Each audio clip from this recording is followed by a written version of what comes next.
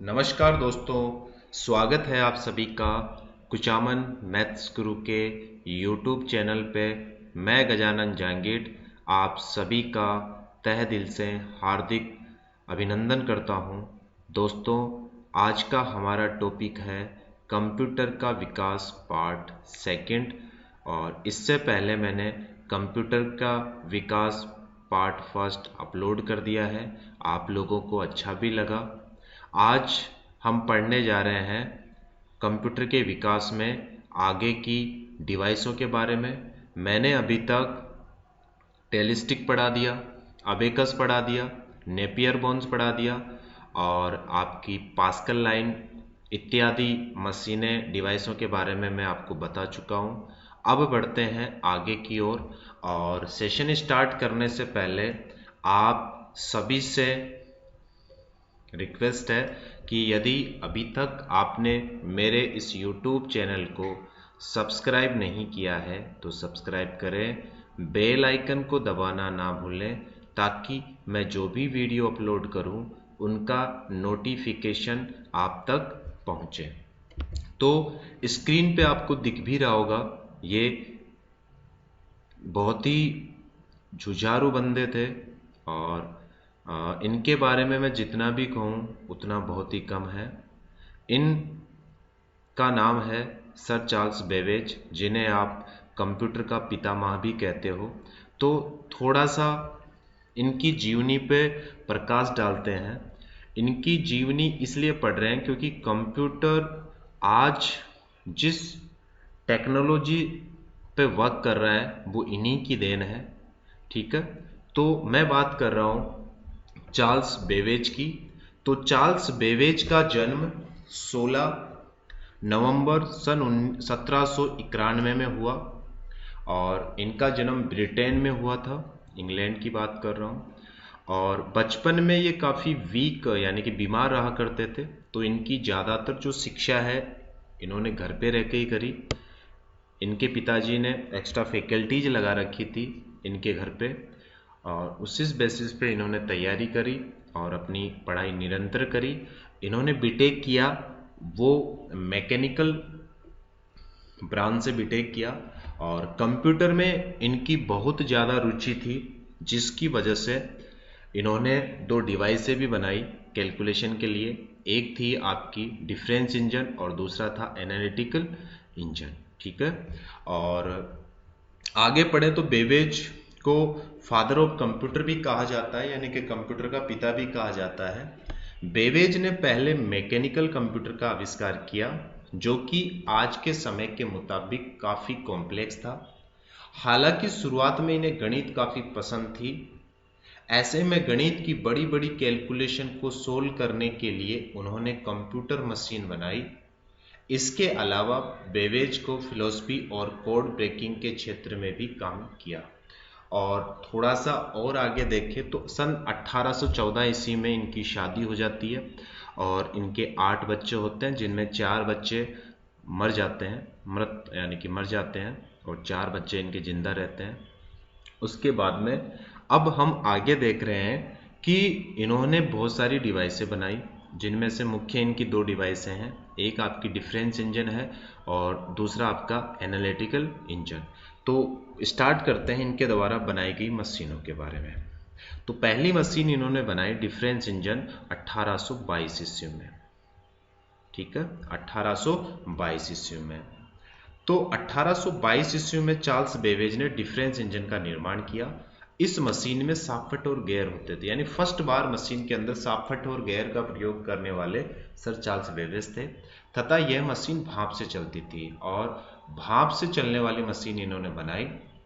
दूसरी ये calculation device थी, यानी कि गणना करने वाली एक युक्ति थी। मैं आपको बता दूं कि ये दशमलव के 20 स्थान तक जो रिजल्ट है वो शुद्धतापूर्वक देती थी, यानी कि प्योर दिया करती थी दशमलव के 20 अंक तक। लेकिन इस डिवाइस में एरर बहुत ज़्यादा आ रही थी, जिसकी वजह से चार्ल्स बेबेज को निराशा हाथ लगी। और फिर इन्होंने क्या किया, 1825 या 26 ईस्वी में इन्होंने फिर इसी को अपग्रेड करके डिफरेंस इंजन फर्स्ट और लॉन्च किया, लेकिन वह उसमें भी वो एरर वो रिमूव नहीं कर पाए, जो त्रुटियां आ रही थी उन्हें भी रिमूव नहीं कर पाए। उसके बाद में 1833 ईस्वी के अंदर इन्होंने एक नई डिवाइस बनाई, जिस डिवाइस का नाम था एनालिटिक इंजन। ठीक है, तो उस डिवाइसों में उनको हताश यानी कि निराश हो गए, हताश हो गए। फिर उन्होंने 1833 ईस्वी में एक मशीन बना डालते हैं जिसका नाम था एनालिटिकल मशीन। ठीक है, तो इसके बारे में थोड़ा सा देख लेते हैं। 1833 में बेवेज ने एक अन्य मशीन का आविष्कार किया जिसे एनालिटिकल इंजन कहा गया। यह मशीन दशमलव के 50वें स्थान तक काम कर सकती थी। वो मशीन की बात करें तो वो दशमलव के 20 स्थान तक काम कर सकती थी, और इस मशीन की बात करें तो यह दशमलव के 50 स्थान तक काम करती थी, तथा इस प्रकार की शोतक की संख्याएं इसमें संग्रहित की जा सकती थी। एनालिटिकल इंजन के गुण, अब हम देखते हैं कि एनालिटिकल इंजन के क्या गुण थे। कहने का मतलब इनमें उन्होंने क्या किया, उसी मशीन में थोड़ा और अपग्रेड कर दिया और इस मशीन को डिफरेंस इंजन की जगह उन्होंने एनालिटिकल इंजन नाम दे दिया। अब इसकी कुछ विशेषताएं पढ़ रहे हैं। इनकी पहली विशेषता में यह है कि इसमें इनपुट उपकरण होते थे, यानी कि आपको डेटा या निर्देश देने के लिए क्या होती थी, एक डिवाइस होती थी। इसमें इनपुट उपकरण होते थे जिसकी सहायता से निर्देश व डेटा को पढ़ा जा सकता था। दूसरा, इसमें संग्रहण के लिए मेमोरी का प्रयोग किया गया, यानी डेटा को स्टोर करने के लिए इन्होंने किसका यूज किया, मेमोरी का यूज किया। इसमें आउटपुट उपकरण होता था जिसकी सहायता से परिणाम प्रिंट किया जा सकता था, यानी कि जिसकी सहायता से वो क्या होता था, परिणाम को आप देख सकते थे, उसे प्रिंट कर सकते थे। इस प्रकार बेवेज द्वारा किया गया कार्य महान था, यानी कि पहले जितनी भी डिवाइस बनी उसके मुकाबले में डिवाइस बहुत ही पावरफुल थी। इनका ये कार्य यानी कि ये कार्य जो था वो सराहनीय था। ठीक है, हालांकि हमें आज के कंप्यूटर का निर्माण करने में शताब्दी लग गई, यानी बहुत सारी शताब्दी लगी, लेकिन आज का मॉडर्न कंप्यूटर चार्ल्स बेबेज का सपना था। कुल मिला के बात यह कहे कि इनकी एनालिटिकल इंजन का जो कॉन्सेप्ट था, इन्होंने यूनिट बनाई, 5 यूनिट अपनी डिवाइस की बनाई। उन 5 डिवाइसों के बिहेव पे आज का वर्तमान कंप्यूटर कार्य करता है। तो मैं बताता हूं उनकी इस मशीन की 5 यूनिट थी। अगर मैं इनकी मशीन की बात करूं तो इनकी मशीन की 5 यूनिट थी, जिसमें से सबसे पहली थी वो थी आपकी इनपुट यूनिट। अगर मैं बात करूं तो वो कौन सी थी, इनपुट यूनिट, यानी कि डेटा डालने के लिए या अनुदेश डालने के लिए। दूसरी थी उनकी आउटपुट यूनिट, यानी कि डेटा को प्रिंट देना या देखना, आउटपुट यूनिट। तीसरी इनकी जो थी वो थी आपकी स्टोरेज, यानी कि मेमोरी यूनिट, यानी कि डेटा को स्टोर करने के लिए कौन सी थी, मेमोरी यूनिट। और चौथी इनकी थी वो थी आपकी कंट्रोल यूनिट। चौथी कौन सी थी, कंट्रोल यूनिट, यानी कि डिवाइस को कंट्रोल करने के लिए इसको यूनिट बनाई, वो थी कंट्रोल यूनिट। और पांचवी थी मील। पांचवी क्या थी, मील, जिसे आजकल आप माइक्रो प्रोसेसर कहते हो या सीपीयू कहते हो। ठीक है, सेंट्रल प्रोसेसिंग यूनिट जिसे आप कहते हो। तो इन्होंने इस मशीन के भी 5 पार्ट बनाए जो वर्तमान कंप्यूटर के पार्ट से सिमिलर, मिलते जुलते हैं। इसीलिए सर चार्ल्स बेबेज को जो कंप्यूटर हैं उनके पितामह कहा जाता है, कंप्यूटर के पितामह कहा जाता है। ठीक है, दूसरी बात यह है कि एक क्वेश्चन और बार बार माइंड में चलता है, कई बार ऐसे पूछा जाता है आधुनिक कंप्यूटर के जनक कौन है। तो दोस्तों कई बार हम गलतियां कर चुके होते हैं और गलतियों में हम क्या बताते हैं, सर चार्ल्स बेबेज बताते हैं। हाँ, वो कंप्यूटर के जनक है, फादर ऑफ कंप्यूटर बेटा, लेकिन वो आधुनिक कंप्यूटर के जनक नहीं है। आधुनिक कंप्यूटर के जनक एक बंदा है। अगर आपसे कोई भी पूछ ले कि आधुनिक कंप्यूटर के जनक बताओ, आधुनिक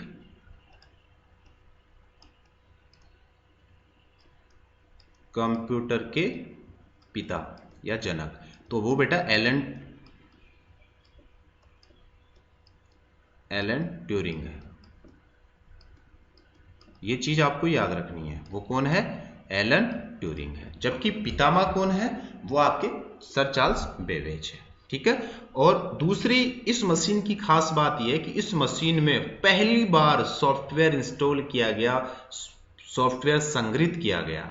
स्टोर किया गया पहली बार। इससे पहले जितनी भी आपकी युक्तियां बनी, आपकी डिवाइस से बनी, उन डिवाइसों में सॉफ्टवेयर स्टोर नहीं होता था। ये एक ऐसी मशीन थी जिसमें पहली बार सॉफ्टवेयर क्या किया गया, स्टोर किया गया, पहली बार सॉफ्टवेयर स्टोर किया गया।